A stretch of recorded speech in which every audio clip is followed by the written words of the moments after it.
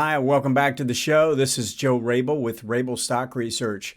So on today's Stock Talk, what I'm going to do is I start out with a lesson on technical analysis and something specific today that I think is relevant to today's market. And then I want to go through the symbol requests that came through. And there were a number of ETFs. So I'll start out with those and then get into the stocks. Let's go ahead and get into the agenda because I think what I want to make sure, this is a mistake that I used to make where, especially if you're a short-term trader, then this might not apply. But if you're trying to catch a bigger move, I think you have to be really careful about selling or buying just because we hit key support and resistance. So what I like to do based on the immediate momentum and using smaller time frames. So this is one of the big reasons why I love multiple time frames, because as I approach a key level, I start to look at the momentum size on a smaller time frame. So I'm going to go through and explain that. And I think what it does is it helps you to stop guessing. That's the whole goal here. I think it's a big mistake to just assume that a resistance level is going to cause a reversal. So that's kind of what we want to go through. And then I'm going to go through the symbol requests that came through. So let's go ahead and get into this lesson now. Okay, I've got Goldman Sachs up in my 4 time frames. For anyone new to the show, I put the monthly chart in the bottom left, the weekly in the bottom right, daily in the upper right, and then a hourly in the upper left. Now, what I want to show here is we've got this resistance area that was in place around this 350 zone. And we can see it was pretty clear resistance. It was where the 18-month line was. It was where we broke down from starting in early 2022. We can see it also on the daily chart. It's just a really well-defined zone, especially when you look at it in relation to like the MACD, where the MACD was turned down below its signal line. And that, essentially is telling us we've got a little bit of a bearish bias based on that. But we're rallying up into this resistance. And I see this all the time. And not only do I see it with individual investors, I work with professionals, and I still see this happening with professional investors periodically. And that is, as we're approaching this level, not only because of this resistance area, not only are they looking to sell, but I see them actually shorting. Some of these hedge funds and stuff like that are looking to short on this kind of a move here that says, you know what, this should fail at this level. And what I've taught the guys that I work with and what I recommend doing is when we approach these key levels, and you can do this at support, you can do it at resistance.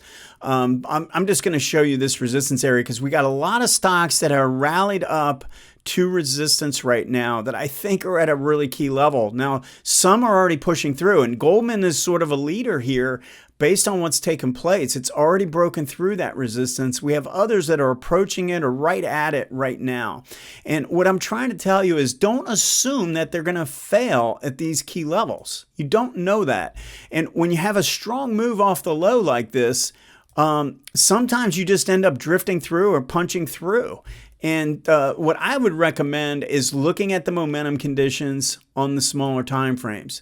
Now, there's a couple ways I'd go about doing that. When we have this strong move like this and we approach this prior high, you want to look at the quality of the ADX line and the quality of the MACD on the daily chart. So that's where I'd start. I know I'm hitting this resistance area, but you got to realize, and I know it's showing up on a weekly chart as being important, and we don't really have that great of a momentum condition on the weekly chart.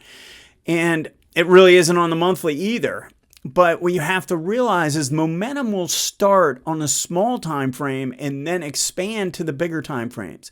It doesn't go the other way around. It doesn't show up on the bigger time frames first. It shows up on the smaller ones, and then it'll filter out towards the bigger time frames if the trend continues.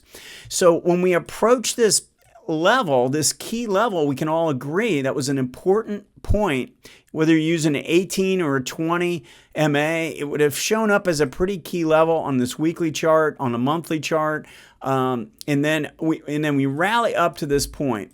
And what I'm trying to tell you is that if the momentum is confirming on a MACD and an ADX basis on the daily chart, you can then go down to the hourly and get an idea from the first sign of real momentum divergence. And I would use the ADX for this. Okay, as long as ADX is making peaks above 25, as long as this ADX line, this blue line, continues to make new peaks every time you pull back above the 25 level, then you should assume continuation on this time frame. Now, one of the easy things in this situation that you really wouldn't even had to have looked at the hourly is because this ADX was rising, and let's just zero in on this. You notice how the green DI kept making higher highs here? It was just confirming every single move and pretty much every single day hitting new highs. If it's not as crystal clear on the daily chart and this line isn't just rising steadily at a 45-degree angle like that, then you can go down to the hourly chart and look for signs of a reversal developing, signs where the momentum is slowing. But we can keep looking at this and see that this ADX line is showing no signs of slowing down. Now, I can tell you that when it's ready to reverse, this is going to drop off. And what will end up happening is it probably will make a peak below 25 when it's really exhausted to the upside. We haven't reached that point yet. And so I would actually look at pullbacks here as signs of more continuation to the upside right now. But when we use this in conjunction with these prior peaks, it prevents us from just guessing. We don't have to make a guess at this level. I know what a lot of people like to do. They like to sell here and say, you know, I got out of the whole position and I sold it right at the top, right before it turned down. But in terms of really making money, I think that you're going to be a lot better off not guessing like that and just assuming that this top is going to hold. Now, again, if you're a trader and you're a short-term trader and you bought in here and you're looking to exit at resistance, that's totally different. A trading play where you have an end in mind is different than something where you're looking at a situation that is actually showing better signs of improvement based on the price structure.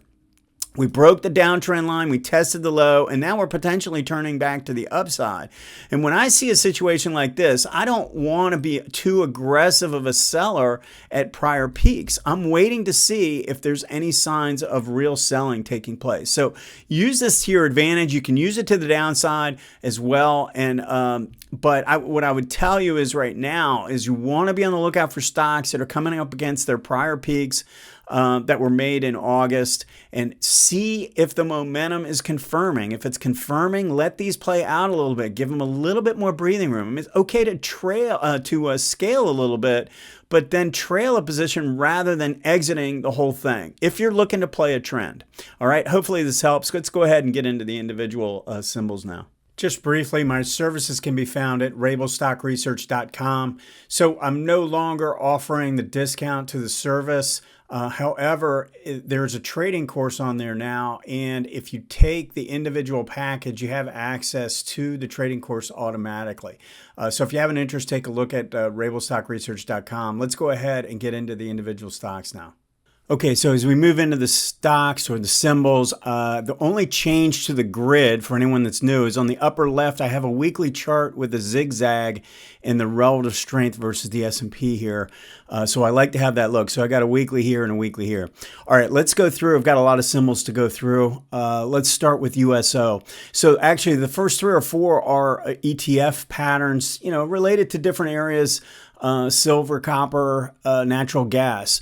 So the first one, USO, we made a pretty nice move to the upside on the monthly chart. I mean, this is a pretty strong move, and we've pulled back to the 18-month line. The overall pattern looks pretty good, and we're pulling back with not a lot of strength on the downside. Now, so this is the same thing as I'm talking about in the lesson. I don't guess when it comes to triggers either, like entering. I'm not just going to buy. I have in my course, I have 4 different trigger styles or setup potential setups that can take place on a pullback trade. And in this case, I think we're looking at something that is probably going to have pretty good support, but because we have low ADX on the daily chart, I'm looking for a breakout here. I want to see this get back above this resistance area in the high 70s for this index, but I would be watching it because we have no sign of real selling strength in the ADX. Now, UNG is not that much different than the USO. The difference to me is that it's a little bit earlier in the process. It hasn't really, it needs more time. I think this is going to consolidate more. I wouldn't expect. So the overall pattern looks pretty good and has my interest in the way that it's reversing. But because this was such a harsh decline and because we haven't gone through enough of a consolidation pattern, we haven't formed any kind of a pattern on the daily chart or anything like that. I wouldn't be in a big rush with this. There is pretty good support here, so I'm not expecting a whole lot of downside. So SLV is trying to make a move here. We've got a problem, which is that we have this declining 18-month. And as I go through a lot of the symbols, I want you to focus in on this 18-month line, which is turned down. Because when we have a stock that's below a declining 18-month, our bias should kind of be down, right? We need proof. It's almost like they're guilty until they're proven innocent. And that proven innocent would be strength through that line, have that line flattening out. It takes a little bit of time in most cases. One thing that I would suggest is that we've got this really key area here right around 20. If this can punch through with some improving momentum signs here on the weekly chart, then I might consider playing a pullback trade because this is a really key area and we've got a massive amount of support. I don't think there's much downside. It's a question of whether we can get through the 18-month line. Okay, so CPER, the copper, I think it's caught in a range. I mean, if you look at this, we've got pretty significant support here at 20. Now the problem is right at the 18 month line, which a lot of times will define where resistance is. You can see this big pool of resistance here starts right around the 25 area, which is right where the 18 month is declining. So we have to kind of assume that's going to be a problem right now, but I would expect it to kind of stay trading range bound inside that 20 to 25 area. In terms of gold, I've actually seen some signs of improvement in gold stocks. But what I'll tell you here is that this is not really, it's not intriguing me that much. I do think there's pretty decent support in this area and it's trying to lift off, but I've got a declining 18-month. I can draw a trend line in and see that we've got this resistance in place. Is it possible this could get a little bit of a rally to the upside, maybe work its way up off of this support zone and try and push a little bit higher? Yeah, I mean, I definitely do think that, but I would probably be looking at other stocks in the gold area. I just think they look better. I do like the daily pattern, don't get me wrong, but I just don't know that there's enough upside to really make it worthwhile. So just kind of be careful with this. If you want to trade it, you can do it, but you've got to be pretty nimble. Now, Morgan Stanley is one of these stocks. So I mentioned Goldman has already gotten through that resistance here, but here's one that's kind of right at it. And we're going to go through a number of others. We've got a lot of stocks that are right at their 18 months, right at this prior resistance zone. It's a really key time, very critical time, how the market reacts here. Now, it's down this morning, but if you notice, we were pretty far away from the 18-day line. So it's got some room to kind of pull back here. I'm not as overly concerned about this down day here. Because going into it, the momentum was pretty good. We've got confirmation on both the MACD and the ADX. I mean, if you want to take a tighter look at it, go look at the hourly chart and see if we see signs of a reversal or signs where the momentum is really dying out. And, you know, that might give you an earlier signal. But in terms of being a buy, I don't want to buy right up against this resistance line. Let's see how this reacts here. And if it sets up and turns back up and maybe even breaks through this line, then I think it starts to get a lot more intriguing. Enphase. So, you know, I mean, this was such a powerful stock here, the way it broke out and made this move. And it's still pretty far away from the 18-month, even though it's had this big drop in here. I actually kind of expect this to maybe spend a little bit more time consolidating, which is what I would prefer. If this could just work sideways without breaking out and form a little bit longer consolidation phase. Now, I think you have to respect a breakout. If you're a trader, I'd probably be respecting a breakout if that can take place. But again, if I'm looking at this from a bigger picture standpoint, I would definitely prefer to see this consolidate a little bit more, just to, you know, kind of give me a little bit more of a sense that it's really ready to start a more significant leg. So IBM, I think, is really intriguing me. we've got this long-term pattern. I mean, this stock has not been a good performer. It's really underperformed, but it's gone sideways here for a very long time. And if you notice what's happened recently, you see the strength of this move to the upside, and look at the corresponding ADX, way better than the S&P. If you were to look at the S&P's move from this point, this low, all the way up, look at what this has done on an ADX basis. Much more powerful. You can see the relative strength line has shown improvement as well. Now, here's the issue I've got. We can go all the way back to 2018. This 150 level is the problem. Right here, 150, 150, 150, 150, didn't even make it to 150. If we can get through 150, now we have something. Definitely worth watching this to see how this plays out. Now, if this can work up towards 150 and form like a little handle or something like that, we could actually we could buy the breakout at 150. If it just pushes to new highs, then we want to wait for a little bit more confirmation and turning back up. What I've been telling my subscribers with energy is that the leading energy, the best looking energy stocks have gone to new highs. They're up about 4 or 5 weeks up. They need to pull back. So even though this is not extended, you've got the leaders in energy that are extended, and they need to take a little bit of a breather. So I don't really want to buy a stock that hasn't really kept up with the best stocks because it's, timely or sitting on support. Let's wait for a little bit more confirmation here. This one, I would like to see this just kind of hook back up and at least close back above these highs here. The overall pattern actually looks pretty good. I like the looks of it, but we're going to need a little bit more strength to confirm that this is really ready to go. Okay, so TECK. Now, this is why I start with the monthly chart. I always start here and work my way down because I want to get a big picture perspective. So I do see massive support here, but I just don't like this big red bar. I mean, you see this huge, significant red bar. It just, I call it bar. It's really a candle, but I mean, I would just say that this significant individual month is a problem. And the midpoint of that month is right about where we've been failing for the past 4 months. So until we can get back above that level, which is essentially getting back above these highs, I really don't want to do anything. I know I have a low ADX condition on the daily chart, so I'm waiting for a breakout pattern in this one. All right, this is trigger number 2. There's 4 triggers on a pullback. This is trigger number 2, but we had a lot of overrun here.